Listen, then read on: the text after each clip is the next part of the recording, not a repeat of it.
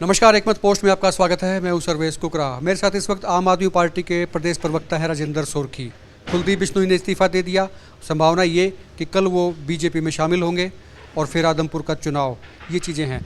राजेंद्र जी, आदमपुर का उपचुनाव होगा और चैलेंज कांग्रेस के लिए तो है ही है, आम आदमी पार्टी के लिए भी है। किस तरह से देखते हैं? कुलदीप बिश्नोई ने इस्तीफा दे दिया, सीट खाली हो गई है, चैलेंज के तौर पर कैसे लेती है आम आदमी पार्टी?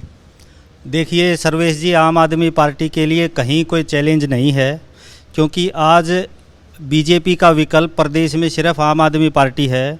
और कुलदीप के जहां तक इस्तीफ़ा देने की बात है, आज मैं आपको बताना चाहूँगा कि कुलदीप खुद अपनी विश्वसनीयता खो चुके हैं। पूरी तरह उनकी कोई विश्वसनीयता हल्के में बची हुई नहीं है, क्योंकि आज इस पार्टी में, आज उस पार्टी में कुलदीप बिश्नोई ने पहले भी 2014 का लोकसभा चुनाव बीजेपी के साथ गठबंधन में लड़ा था, जो चुनाव वो हार गए थे।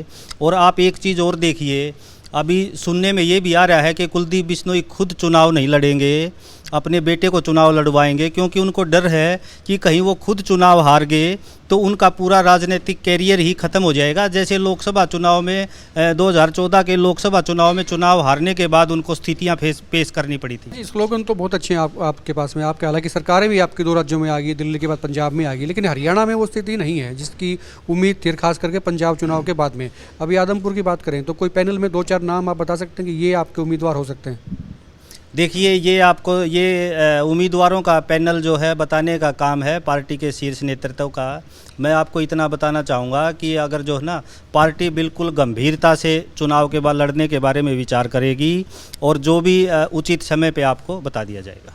उसके अलावा आपको क्या लगता है कि कुलदीप बिश्नोई अगर बीजेपी से चुनाव लड़ते हैं आदमपुर में, या उनका बेटा लड़ता है, जैसे कि संभावना अभी तक यही है कि वो अपने पुत्र भव्य बिश्नोई को मैदान में उतार सकते हैं, वजह जो भी रही हो इसकी, ये भी हो सकता है कि वो महत्वाकांक्षी हैं कि अगली जनरेशन को पॉलिटिक्स में लाया जाए, और दूसरी वजह ये भी हो सकती है, जैसे आप कह रहे हैं कि कुलदीप बिश्नोई को कहीं ना कहीं डर हो सकता है कि अगर यहाँ पर कोई गड़बड़ हो गई तो फिर पॉलिटिकल कैरियर पर दिक्कत आ सकती है। लेकिन जो भी है, तो आपको क्या लगता है कि बीजेपी के जो और नेता हैं, आम आदमी पार्टी कैसे सोचती है कि क्या वो वाकई कुलदीप के साथ में खड़े होंगे या कुछ डर?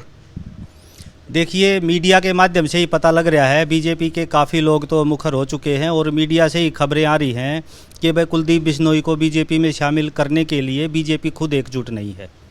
तो ऐसे में आपको क्या लगता है कि जनता का रुख क्या हो सकता है आदमपुर की?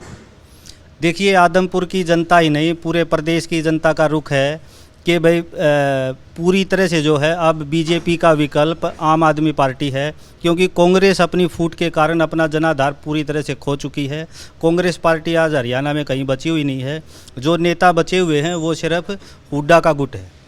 दूसरी बात ये है सर, आदमपुर में तो उपचुनाव मान लीजिए कि होगा, ऐसा माना जा रहा है, लेकिन बीजेपी का जो अभी जो रिसेंटली आप उनकी एक्टिविटीज़ देखेंगे, महाराष्ट्र में जो उन्होंने सरकार का उलट पुलट कर दिया, तख्ता पलट कर दिया, आप ये कह सकते हो, उद्धव सरकार को बाहर निकाल दिया, उनके एकनाथ शिंदे के साथ मिलकर सरकार उन्होंने बना दी है, तो इस तरह के बड़े बड़े गेम खेलती है, तो उनका थिंक टैंक बहुत बारीकी से काम करता है। तो आपको लगता नहीं कि बीजेपी यहाँ भी कोई कमाल दिखा पाएगी और हो सकता है उपचुनाव जीत जाए? देखिए, ये जो आप कमाल की बात कर रहे हैं, आज बीजेपी का जो गेम चल रहा है ना, ये बहुत बड़ा गेम चल रहा है, और इस गेम का भी एक परफेक्ट उदाहरण आम आदमी पार्टी है। आप एक चीज़ समझ के देखिए कि दिल्ली के अंदर मोदी अमित शाह के बिल्कुल जो है ना, रोज़ उनकी नाक के नीचे धड़ल्ले से आम आदमी पार्टी की सरकार चल रही है। और आप इसी से अंदाज़ा लगाइए, अगर दिल्ली में यही सरकार अगर कांग्रेस की होती तो क्या पता अब तक टूट चुकी होती। दूसरी बात ये, आदमपुर में लास्ट सवाल है आपसे, भजनलाल मुख्यमंत्री रहे हैं हरियाणा के, कई सालों तक उन्होंने राज किया, और उन्हीं के नाम पर कुलदीप बिश्नोई का भी वहाँ पर लोग सम्मान करते हैं, इज्जत करते हैं, उनके नाम पे वो वोट भी लेते भी आए हैं, और उनके परिवार के लोग, बनते चश्मा देवी खुद वहाँ से चुनाव जीत चुके हैं, कुलदीप बिश्नोई रहे हैं, तो उनका एक गढ़ सा माना जाता है कि भाई भजनलाल यहाँ से रहे हैं। तो इस भजनलाल के नाम का उनको इस बार कितना फ़ायदा मिल सकता है या मिलना चाहिए? देखिए, अभी जहाँ तक मोटा मोटी मामला लगता है, कुलदीप बिश्नोई का जो है ना, एक संवैधानिक संस्थाओं के दुरुपयोग का तो मामला है ही। आपको याद होगा, 1 साल पहले कुलदीप बिश्नोई के घर पे इनकम टैक्स, ईडी सब की रेड हुई थी।